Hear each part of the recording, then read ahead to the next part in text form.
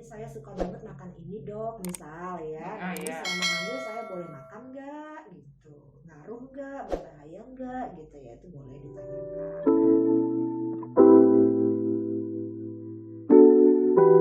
90,4 FM Sonora Medan, sahabat Sonora, masih di 10.12, masih bareng saya Rini Aprianti, dan kita masih cari tahu pertanyaan-pertanyaan wajib apa sih yang seharusnya diajukan ibu-ibu hamil saat konsultasi, baik itu ke dokter kandungan maupun ke bidan.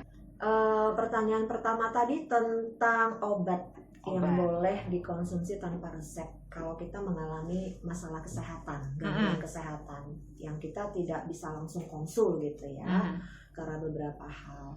Kemudian berat badan yang harus dicapai selama hamil, yang harus dijaga, ya kan.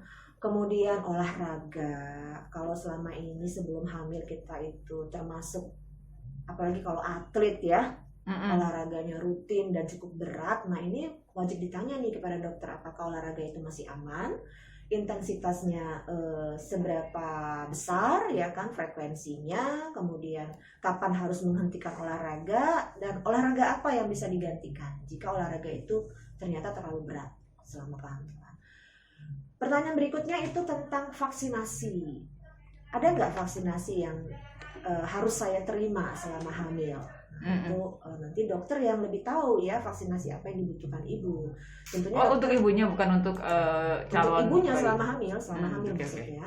Vaksinasi apa yang perlu saya terima selama hamil? Nanti dokter akan bertanya tentang riwayat kesehatannya, resiko-resiko yang mungkin akan terjadi dan sebagainya. Kemudian tadi yang ibu bekerja, ya kan? Kita perlu bertanya apakah pekerjaan kita selama hamil boleh kita lanjutkan. Ya kan, apakah itu berisiko atau tidak.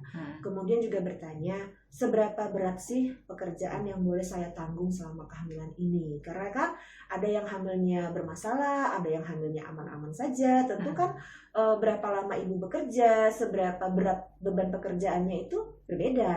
Ya sama dong kan, seperti itu ya. Kemudian dengan dokter juga perlu nih ditinjau ya rencana persalinannya nanti kira-kira apakah bisa normal, apakah saya harus seksio ya kan, seperti itu. Kalau kehamilan sebelumnya saya persalinannya seksio, apakah saya sekarang bisa lahir normal? Nah itu ya perlu ditanya juga, jadi supaya tahu nih persiapannya apa gitu. Kalau misalnya ternyata kata dokter bisa normal, ditanya lagi apa persiapannya yang harus saya siapkan gitu ya. Karena ketika tadi ya, ketika dokter bidan yang sibuk ya, artinya yang pasiennya juga ramai banget tuh, kadang-kadang ketika tidak bertanya menganggap sudah paham gitu ya kan, tentang persiapan melahirkan.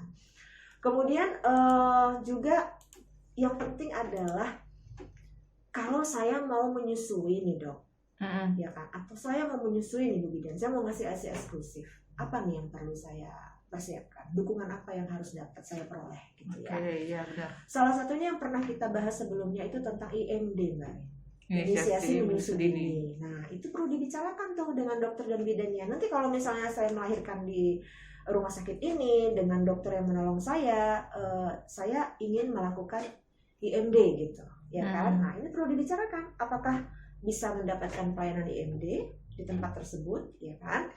Nah kemudian apa yang perlu dilakukan selama hamil supaya nanti ketika melahirkan tidak menunggu waktu yang lama, produksi ASINya jadi banyak dan produksinya lancar, keluarnya lancar. Nah, seperti itu. Satu lagi nih, nah ini penting banget nih, skincare. Itu juga banyak pertanyaannya ya kami. Karena begini, tidak semua skincare itu aman untuk ibu hamil dan menyusui gitu ya. Jadi kita harus ceritakan nih kepada dokter, produk skincare yang kita pakai selama ini, perawatan kecantikan kita selama ini apa gitu. Aman? Iya. Perkara aman atau perkara? Aman. Apakah aman untuk kehamilan ya kan? Adakah pengaruhnya kepada kehamilan, kepada janin? Itu perlu ditanya. Ya kan, kalau misalnya tidak aman, apakah ada alternatif pengganti supaya kita tetap cantik selama hamil gitu ya, maju mundur cantik ya, itu gimana alternatifnya kalau ini nggak boleh gitu ya kan. Jadi itu pengaruh juga ternyata ya, padahal pengaruh skincare banget. Itu kan istilahnya di kulit gitu ya, tapi diserap kan. diserap melalui kulit gitu. Jadi bisa masuk ke dalam sistem tubuh, masuk ke peredaran darah ya, bisa mengganggu tubuh secara keseluruhan, apalagi kalau sedang hamil gitu. Saya selama ini nggak kepikiran kalau yang namanya skincare, karena itu kan di luar ya, nggak ngaruh juga kali ya, kebaik kan gitu. Ternyata ya, karena diserap tubuh melalui kulit gitu. Jadi, nah kayak skincare itu kayaknya kalau kita nggak cerita, dokter atau bidan nggak ngerti deh ya. Nggak tahu kita pakai apa. Kita pakai apa gitu ya. Skincare kan sekarang banyak banget kan beredar di masyarakat, skincare banyak banget produknya sekarang ya kan Mbak Rin ya. Nah itu juga perlu dijaga. Nah jadi yang kita sebutin tadi itu Mbak Rin, pertanyaan-pertanyaan yang kita sebutin tadi itu, kadang-kadang kalau kita nggak nanya nggak dijelasin loh. Belum tentu dijelasin loh, karena bisa berasumsi kitanya sudah paham, bisa berasumsi kitanya tidak ada masalah, ya kan? Di situ kita yang harus aktif sebagai klien tuh harus aktif, nggak boleh pasif gitu. Oke. Ada lagi pertanyaan-pertanyaan yang wajib di-keep sama sahabat Sonora supaya nanti kalau saat ini sedang program hamil atau mungkin ada keinginan untuk hamil gitu kan? Barangkali ya pertanyaan yang ini mungkin bisa jadi dijelasin tanpa ditanya gitu ya, tapi kadang-kadang karena waktu sangat singkat bisa jadi nggak dijelasin juga gitu ya.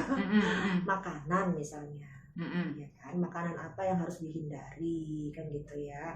Selama ini saya suka banget makan ini dok, misal ya, ini selama hamil saya boleh makan nggak gitu, ngaruh nggak, berbahaya nggak gitu ya, itu boleh ditanyakan. Sama seperti obat tadi kan, saya selama ini kalau lagi saya punya penyakit ini, kalau lagi kambuh saya minumnya ini, aman nggak dok kalau saya masih minum obat itu, apakah perlu diganti gitu ya. Sama yang tadi untuk menghindari asumsi-asumsi di luar yang menyesatkan, kita boleh tuh nanya ya. Ini juga kadang-kadang kalau nggak ditanya mungkin nggak dijelasin gitu ya. Walaupun ada beberapa dokter dan bidan yang tanpa ditanya juga menjelaskan, yaitu apa sih gejala yang termasuk dalam kehamilan normal dan apa sih gejala yang termasuk tidak normal gitu. Nah itu dia Kak Mei. Tadi kita ngomongin soal ini ya, hamil anggur tadi ya. Nah itu perlu ditanya. Kalau hamil anggur itu Mbak Rin, di awal kehamilan itu ibu sulit membedakan dengan kehamilan biasa. Awalnya ya? Ya awalnya itu sulit membedakan karena morning sickness-nya sama, ya kan. Kemudian test pack-nya juga hasilnya sama-sama positif. Nah cuma ketika kehamilan bertambah umur tuh kadang-kadang suka keluar apa namanya seperti mata ikan. Maksudnya dari kemaluan. Dari kemaluan tuh kadang-kadang mau keluar seperti mata ikan, kecil-kecil gitu kayak mata ikan, bulat-bulat gitu. Oh ya. Nah itu juga merupakan satu pertanda hamilnya hamil anggur. Kemudian hamil anggur tuh biasanya lebih cepat Mbak Rin ininya, lebih cepat perkembangannya, lebih cepat besar gitu ya, pertambahan ininya, ukurannya gitu. Tapi kalau di awal-awal baru terlambat haid mungkin katakanlah 2 minggu, mungkin gejalanya sama dengan kehamilan biasa, makanya itu perlu langsung konsul. Ya kan di USG terlihat oh ya ini memang kehamilan normal, oh ini kehamilan anggur, nah seperti itu. Jadi harus ditanya tuh ke dokternya, dok ini kalau gejala-gejala kehamilan normal itu seperti apa sih dok, apalagi yang hamil pertama ya Mbak Rin. Seperti apa sih dok? Katanya kalau kaki bengkak itu biasa kan gitu ya. Katanya kalau kita sering pitam gitu ya, tiba-tiba gelap, katanya juga itu biasa. Kalau mual muntah katanya juga itu biasa. Nah sebenarnya apa memang benar itu normal atau ada yang harus saya jaga atau ada yang harus saya waspadai? Ini perlu ditanya gitu supaya ketika nanti dapat informasi dari luar kita tidak terjebak dalam mitos ya, tidak terjebak dalam informasi-informasi yang hoax gitu.